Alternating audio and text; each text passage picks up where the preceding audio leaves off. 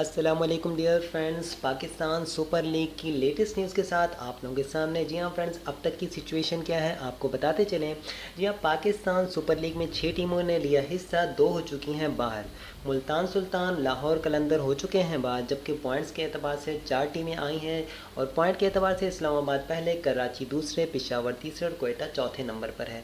Play of matches का पहला match Dubai में आज यानी इतवार को इस्लामाबाद यूनाइटेड और कराची किंग्स के दरमियान रात 10 बजे खेला जाएगा। दूसरा मुकाबला 20 मार्च को मंगल को यानी लाहौर में पेशावर ज़ल्मी और कोयटा के दरमियान होगा। तीसरी और चौथी पोजीशन के लिए मैच 21 मार्च को लाहौर में खेला जाएगा, जबकि पीएसएल का फाइनल कराची में खेला जाना है।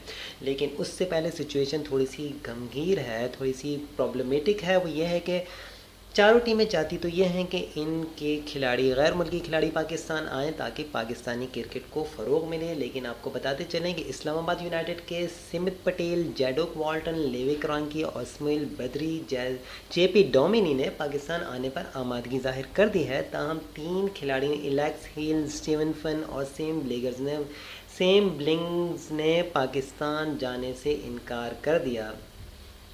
इसके साथ साथ आपको ये बताते चलें कि पेशावर ज़ल्मी के जावेद आफरीदी ने बताया कि इनके तमाम गैर मुल्की क्रिकेटर आज रात पाकिस्तान पहुंच जाएंगे, जिनमें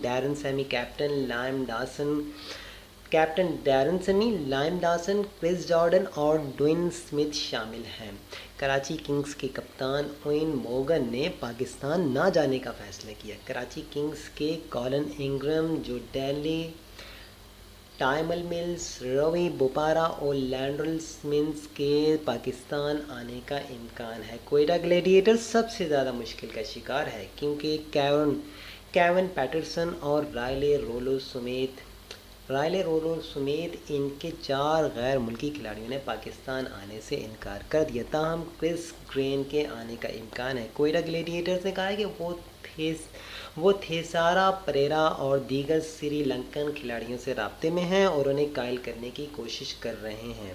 बांग्लादेश के महमूदुल्लाह भी कोयटा ग्लैडिएटर्स को ज्वाइन कर सकते हैं। टीम के पाकिस्तानी खिलाड़ी आज शारजा से लाहौर पहुंचेंगे, जबकि गैर मुल्की क्रिकेटर्स 19 मार्च को लाहौर पहुंचेंगे। जी हाँ फ्रेंड्स, ये तो थी अब तक की न्यूज़। उम्मीद करते हैं आपको पसंद आई होगी।